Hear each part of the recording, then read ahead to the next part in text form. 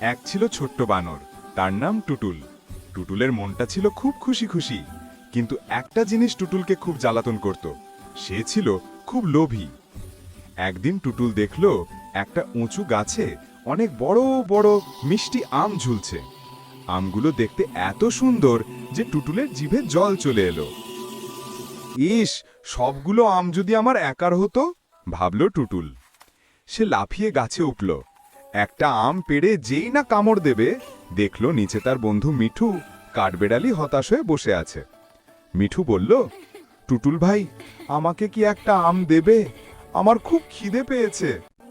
লোভী টুটুল মুখ গোমড়া করে বলল, না, এগুলো আমার সব আম, তুমি যাও। টুটুল তাড়াহুড়ো করে আরো দুটো আম পাড়তে গেল, কিন্তু অমন জোরে টান দিতেই তার হাত ফসকে সব কটা আম মাটিতে গড়িয়ে পড়ল।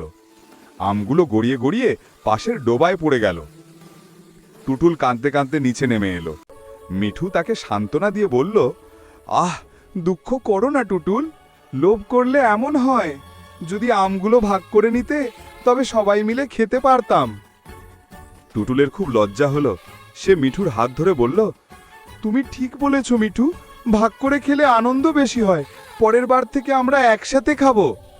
সেই দিন থেকে টুটুল আর লোভী রইল না। সে সবার সাথে সবকিছু ভাগ করে খেতে শিখল।